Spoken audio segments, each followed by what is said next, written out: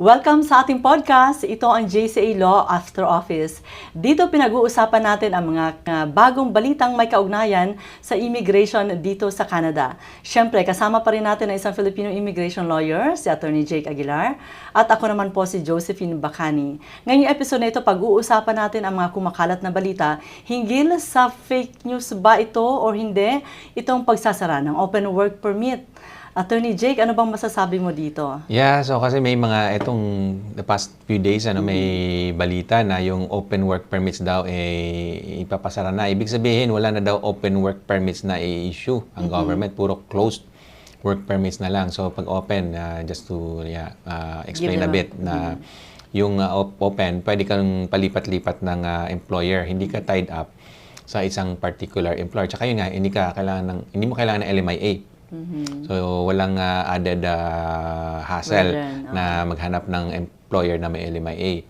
So, definitely maraming natakot doon or maraming nagulat doon dahil kung magiging closed permit na lang, work permit na lang lahat, ang hirap ngang makakuha nun. Dahil yung employer mo kailangan pa ng LMIA. So, maraming nagulat, maraming nagtanong. Ang problema naman, marami ding nagpakalat ng news na yon. So, meron kasi yatang isang webpage na nag-post ng ganong story. Mukhang, the way they presented it, parang totoo. Pero nung ni-research naman natin, syempre, tiningnan naman natin, ano ba ito? Totoo nga ba ito? Saan ba nanggaling yung balita na ito? Wala naman tayo nakitang link sa any government announcement. So, ibig sabihin, walang katotohanan. I would say nga na fake news or at least, hindi natin ma-verify kasi kung sino man gumawa nun, hindi nila nilagay yung sources nila, which is dapat yun yung ginawa nila. May nilagay man lang sana sila doon na sources nung news na yun para nga din ma-verify natin. Pero since wala nga, we would consider it as a fake news. Yung pang-viral lang, para lang dumami yung hits nila, parang gano'n. I don't know. Siyempre, nakakatulong sa kanila, sa purpose nila. Pero ang problem naman is for content purposes. So marami din kasing gano'n na for content purposes, kahit fake news gagawin. Lalo na ngayon, sa mundo ng AI, di ba, napakadaling gumawa ng mga ganong articles, tapos ipakalat mo, napakadali. Pero yun nga, kina-confirm natin na walang basehan yun, walang sinasabi ang government tungkol dyan. So, wag po tayo sanang maniwala. Tsaka yan, bago tayo maniwala, advice lang po natin na i-verify nyo yung news na yun. So, wag tayo masyadong maniwala. Kahit naman noon pa, di ba? Kwento-kwento, kahit tao may nakausap ka, syempre hindi mo naman papaniwala lahat ng nasabi niya. Ngayon, nasa mundo na tayo ng digital age nga. Internet, lalo na yan. Ngayon, AI naman. So, again, napakadaling magpakalat or gumawa ng mga fake news. So, huwag tayo masyadong maniwala. I-verify natin yung facts.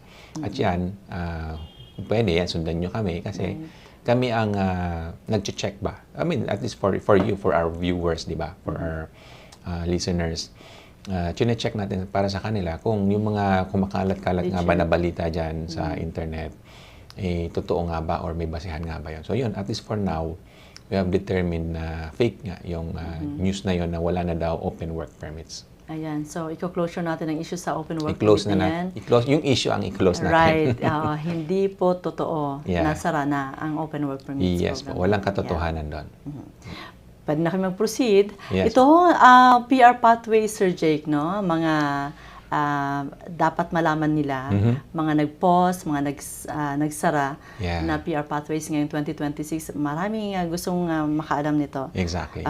Pwede ba natin silang bigyan ng background, Sir Jake? So, related to that, yun nga, kasi napag-usapan, mga close, ano ba yung kino-close, mga yan. So, nangalap tayo ng mga balita about ano nga ba talaga yung i-close or ipo-pause sa ngayon. So, ito, ayan, isa-isayin natin. Yung Home Support Worker Immigration Pilot Program na mag-open sana nga itong March. Na pinakakaabangan ng mga kaibigan natin.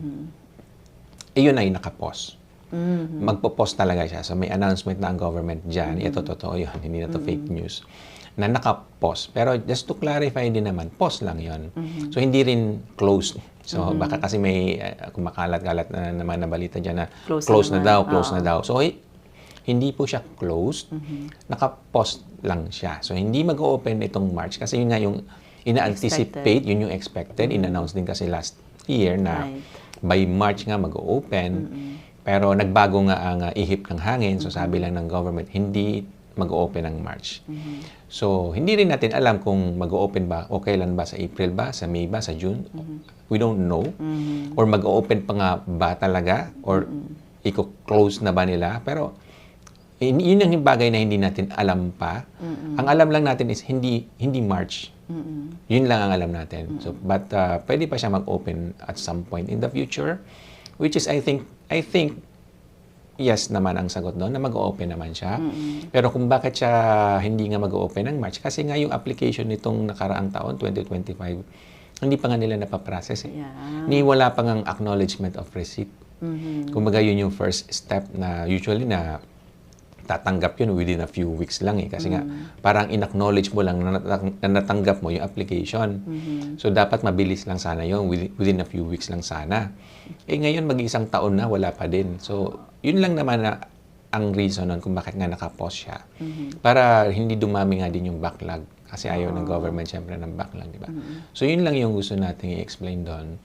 Nakapause siya, hindi pa siya closed, hindi pa siya terminated, may pag-asa pa din. Bigyan lang natin ng konting panahon yung gobyerno kasi nga may pinaprocess pa sila. Yun lang. So, yun yung gusto natin clarify. How about naman po doon sa mga parents and So, parents and PGP, grandparents program, sir? Parent and grandparent sponsorship program. Yun din, nakapause din siya kasi din, yan, isa pa yan, na maraming backlog din talaga yan. Dahil, siyempre, tayo, gusto nating i-sponsoran kung po pwede lang, di ba? Yung mga magulang natin, lolo at lola natin kung meron pa, gusto natin sila. Kumbaga, buong pamilya kung pwede, di ba? So, maraming interesado doon sa program na yan. Pero, konti lang din yung slots na allowed for that. And again, may sense naman yon. Kasi usually nga din, especially for grandparents, di ba na usually retire na. Kumbaga si Canada, wala na silang masyadong na-expect na economic benefit. So, and ang ina-expect nga nila, actually gastos. Kasi sa mga healthcare, syempre, accommodate mo sila. So, kaya nililimit definitely yung number na pwedeng sponsoran. Otherwise, si Canada, hindi naman kayang i-sustain na.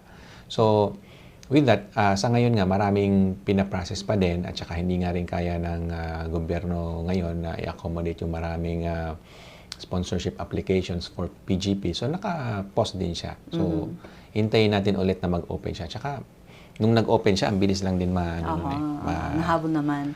Yeah. Anong mangyayari, Sir Jake, sa mga previous application ng PGP na yan, Sir Jake, nung last quarter ng 2025? Yung mga nakasalang na, yung mga existing naman, ipaprocess naman yon. So, yun naman ang expectation natin doon. Pag nakasalang na yung applications, itutuloy naman yon. Ang hindi lang ngayon na i-accommodate yung mga bagong application. At saka, yun nga din, closed din yon yung application yun. So, kahit mag-submit ka ngayon, hindi ka makakasubmit, by the way. So, yun, hindi ka makakasubmit na application kasi nga, closed for now. Pause lang din. Eto, medyo nakakalito. Closed, pause, ano ba talaga? So, closed for new applications. Yan. Ganun for lang new muna. intake. So, Pero yung sponsorship kasi, major initiative yan, major program yan, family sponsorship, family reunification. Hindi yun mawawala. So, pag sinabi man natin closed, biglang sabihin is closed for now. Right. Ang pag-draw ba niyan, Sir Jake, quarterly din ba? Or? Depende, hindi natin. Walang set schedule yan kung kailan sila mag-draw. Kung kailan sila ready, ganun lang. How about the caregiver program, Sir Jake? Maraming So yung caregiver program, yun nga, sa March supposedly. Belong sa home care pa rin ba yun? Home care yan, yeah. So yun din yun, yung pinag-usapan natin kanina. So yun yung sa March sana, pero for now nga, hindi daw muna mag-open sa March. Itong entrepreneur startup visa, ayan, maganda-ganda pag-usapan. So, may balita, yung startup visa, which is yung para sa mga entrepreneurs yon, i-close na din nila yon. Ang ipaprocess lang nila, yung mga nakasalang na din, yung nasa naka-in process na start na yung process sa program na yon, itutuloy nila yon, pero yung mga new applications, wala na yon. The reason behind the closure, Sir Jake? Babaguhin nila, i-overhaul nila. So, anyway, ganun naman ang mga immigration programs. Pag may mga nakita silang pwedeng i-improve, pwedeng i-correct, gagawin nila yon. So, gagawa sila ng bagong program. So, ito, parang ganun din, close-open. Close nga siya, pero mag-open naman ng panibagong program na related din sa entrepreneurship.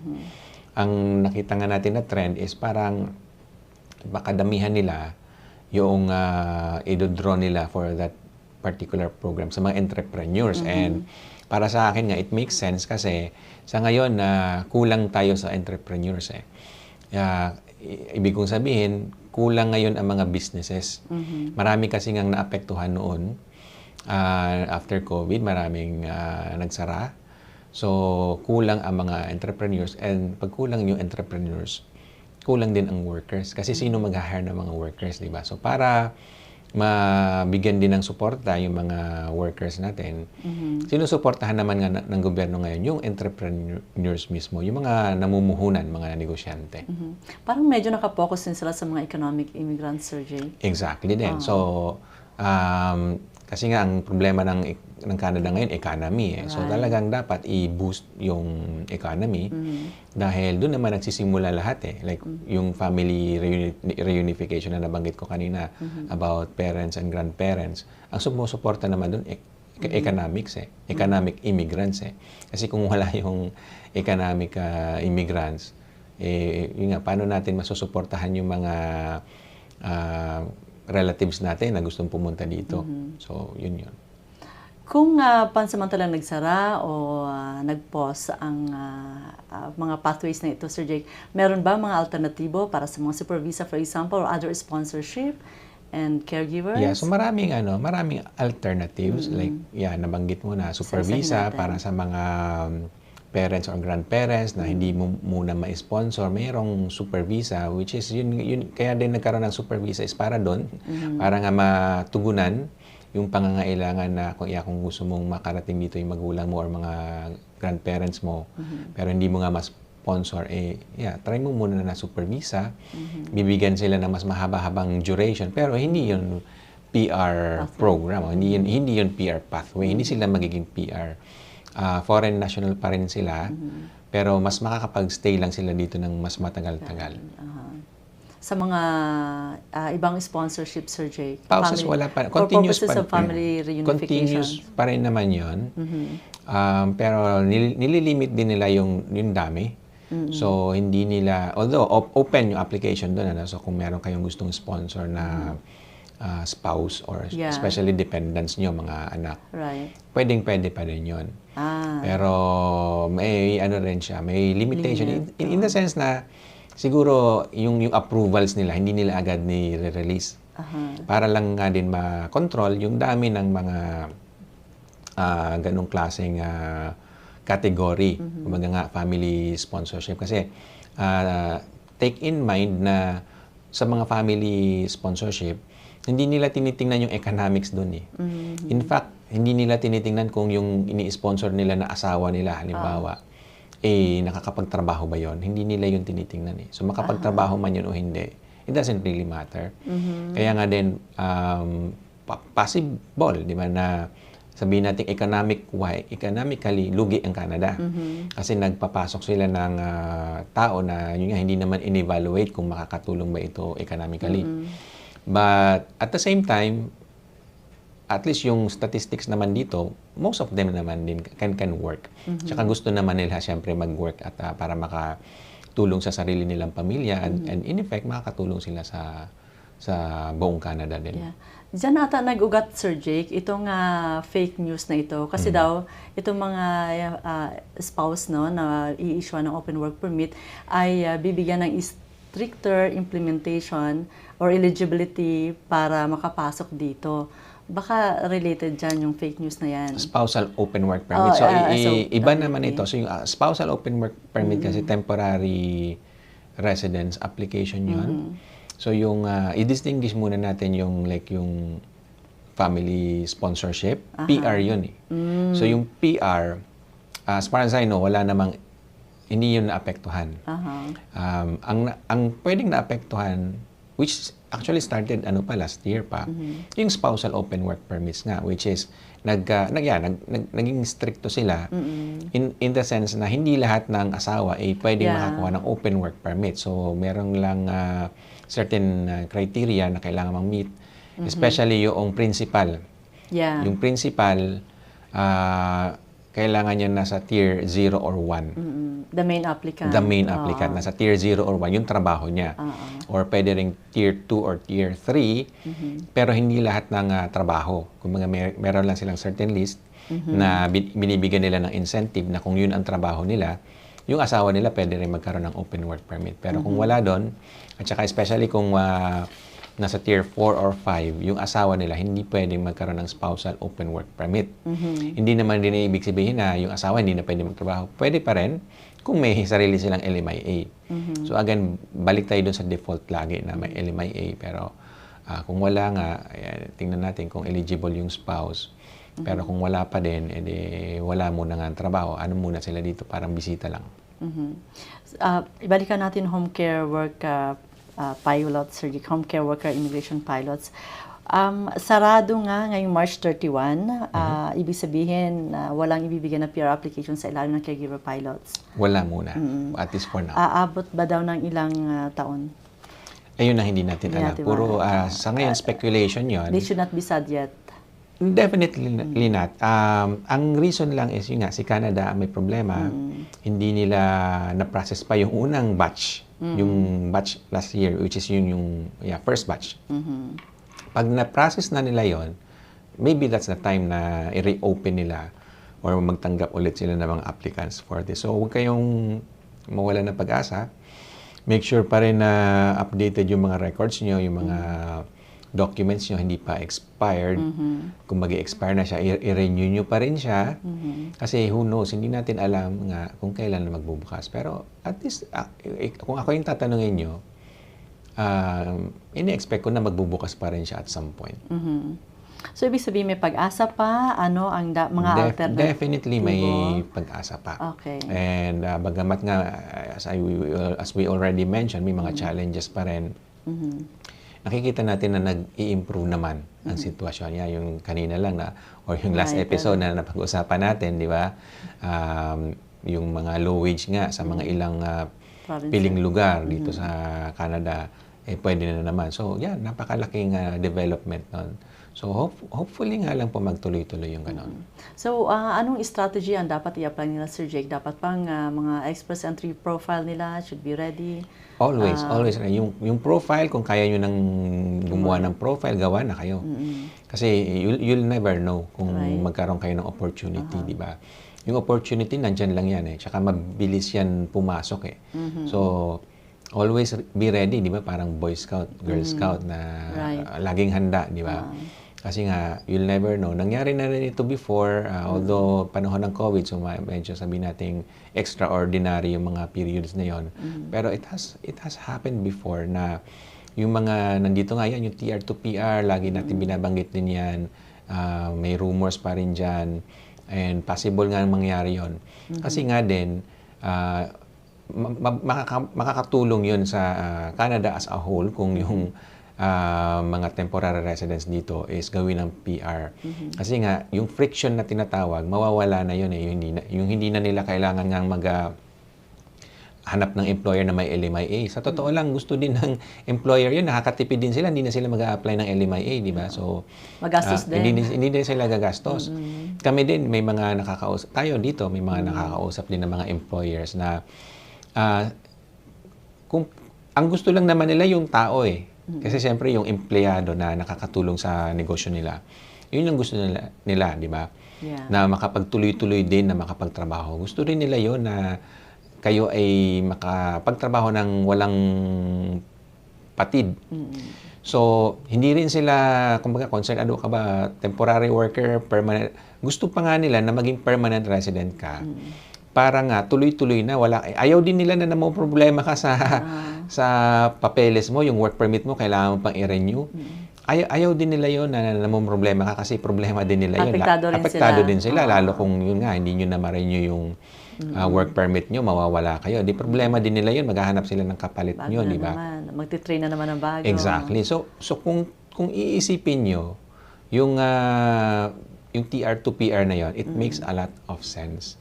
Especially para dun sa mga nandito na nakapagtrabaho na ng kahit isang taon man lang na demonstrate nyo na kaya nyong mag-contribute sa ekonomiya ng Canada. I'm thinking yun yung pinaka-minimum requirement if ever man na magkaroon ng ganong klaseng policy nga, TR to PR. Yun yung minimum requirement. So, kung nandun na kayo, kung na-meet nyo na yun, be ready. Be ready with your documentations, yung English nyo, di ba? IELTS, LPIP. Make sure na valid pa rin siya. Yung mga assessment nyo ng credentials nyo, make sure na valid pa din siya. And then yung police clearance natin, di ba? So, make sure na siya, updated pa din siya. Always be ready. You'll never know. Mas mabuti ng handa, tapos hindi dumating, kaysa yung dumating at hindi kayo handa. Importante may bala kayo. Exactly. Paulit-ulit namin sinasabi na yung Exactly, requirements na ito. Yeah. At ulit-ulitin natin para yung ma-emphasize, para Right. din yun nga, hopefully, Ma-familiarize na sila. sundin nyo yung nire-recommend natin dito. Right. May iba pang alternatibo, Sir Jake. Itong provincial nominee program, like yung napag-usapan na nga natin kanina, no? May mga provinces pa rin na willing mag-nominate ng mga candidates. Madami pa din. Tsaka yan din ang isang ina-anticipate natin or pinipredict ngayong 2026 na bibigyan pa ng mas malaking leeway yung mga probinsya at saka lalo na ngayon yung mga RCIP medyo umuugong siya, di ba? Dumadami yung mga rural communities na binibigyan ng pagkakataon na sila mismo yung mag-recruit ng mga gusto nila maging PR at doon tumira. Ayan, napag-usapan din natin last episode na yun nga, napakalaki ng Canada. Actually, kung tutusin. Ako nga, nagulat din na dami pala mga small towns dito, no? Sa Ontario at saka sa labas pa, sa ibang bahagi pa ng Canada. Napakadami palang small towns. At alam mo nyo naman, kahit gaano pa kalayo yan, may Pilipino dun. So, yeah. So, kayo din, kung at least kasi I understand yung feeling na medyo na-homesick tayo, di ba? At saka yun nga, sanay tayong mga Pilipino sanay sa matao eh. Right. So very socialite. Yeah, very social tayo eh. So at least yan, checkin nyo yung mga small towns na yon. Malamang may tao, may Pilipino doon. Kahit isa o dalawa, at least yan, meron kayong kausap na makakapag-Tagalog kayo. Hindi mapapanis yung laway nyo. So start with that. And then, dun sa mas mga medyo malalakas loob, baka kahit walang Pilipino dun or what, kayo na yung mauna, kayo yung pioneer. At some point naman din, may susunod sa inyo. I'm pretty sure na merong susunod sa inyo. Kayo naman ang maging recruiter. Baka kayo mismo yung maging business owner doon. Marami tayong kilala na mga Filipino business owner sa mga ibang lugar. Baka sila ang maghanap ng mga tauhan nila. At kayo ang magbigyan din ng pag-asa or pagkakataon ma-offeran din kayo. So anyway, yun yung tip din natin dito. Explore nyo yung mga small towns. Sa ngayon, syempre may mga RCIP programs, doon kayo muna mag-concentrate. Pero ang pinipredict nga natin this year, baka dumami pa yon. Sana naman, para maging matuwa naman itong mga kababayan natin na may problema sa kanilang status dito. So Jake, sabi mo kanina, itong startup visa nga ay tuluyan na nagsara ngayong January 1, 2026 effectivity, no? Ano ba ang alternatibo para sa entrepreneur PR pathway, Sir Jake? So may bago naman nga, nakapalit siya. So bagong program, bagong rules. So yun yung alternative nun. Meron pa rin pathway sa entrepreneurs at baka nga dumami yung i-invite nila na entrepreneurs. Kasi nga, kailangan ng Canada ngayon ng entrepreneurs para din sa mga workers. Mataas nga ang unemployment, di ba? At least, bumababa siya, yes, pero mataas pa rin. Pero we're hoping na with the increase of entrepreneurs in Canada, mas ma-absorb, mas mabibigyan ng trabaho yung mga empleyado, yung mga foreign workers na naghanap ng trabaho, at even citizens in PR, di ba? So, overall, I think yun yung naging strategy ng Canada para nga gumanda yung sitwasyon natin dito. Anong masasabi mo dyan, Sir Jake, sa first alternative ng entrepreneur pilot? Mahirap ba siyang mahirap bang screening dito? Hindi ko pa siya na-check yung pinaka-requirements niya. Pero yeah, baka siguro isang gawin nating topic, mag-deep dive tayo dyan minsan. Pero for now, ang basic assumption natin is, yun nga, kung kaya mo magbigay ng trabaho para sa ibang tao, yun. Meron Yun ding ang main criteria siguro. Yung details nun, of course, hindi ko pa alam. Pero I'm just thinking na it has something to do with that. Kaya mo ba? Kaya mo bang mamuhunan? Kaya mo bang magbigay ng trabaho para sa mga tao? PR, citizen, at even foreign workers. Kaya mo bang silang bigyan ng trabaho? Ang dami kasing walang trabaho ngayon, di ba? So, kung kaya mong bigyan sila ng trabaho, yun yung magiging main criteria para dyan. Itong provincial business streams naman, Sir Jake, may ibang probinsya kasi na parang mag-o-open din ng... Same thing. same So thing. mga bawat province, siyempre, binibigyan sila ng mga kalayaan nga. Again, under din yan ng provincial nomination program. Kumbaga, isang stream lang yon yung entrepreneur stream. Oo, ayan. So, yeah, bigyan natin sila ng overall picture, Sir Jake, dito. Yeah, siguro summarize na lang natin yung napag-usapan natin. Maraming programa na nakapost, may mga closed for now, pero yung nga, pag close naman, may mga nagbubukas naman ulit na panibagong program. Ganun lang talaga sa mundo ng immigration, close, open, maraming changes. And again, kaya kami din nandito para dyan, para i-monitor lahat ng mga ganyang pangyayari. And then yung sa mga balita nga, so yeah, huwag tayo masyadong maniwala agad-agad. Huwag tayo magpanic. Huwag tayo magpanic agad kung meron tayong nakitang balita na hindi maganda. I-verify natin, yun lang muna, bago tayo magpanic. Verify natin kung totoo nga ba yun. Yeah, i-consider na lang ibang mga pilot programs para sa inyong mga status na rin at Canadian journey dito sa Canada. So, yeah, sana marami po kayo natutunan ngayon sa aming pinag-usapan ni Attorney Jake. Kami po ay nagpapasalamat sa inyong lahat sa patuloy na pag-suporta sa aming programa.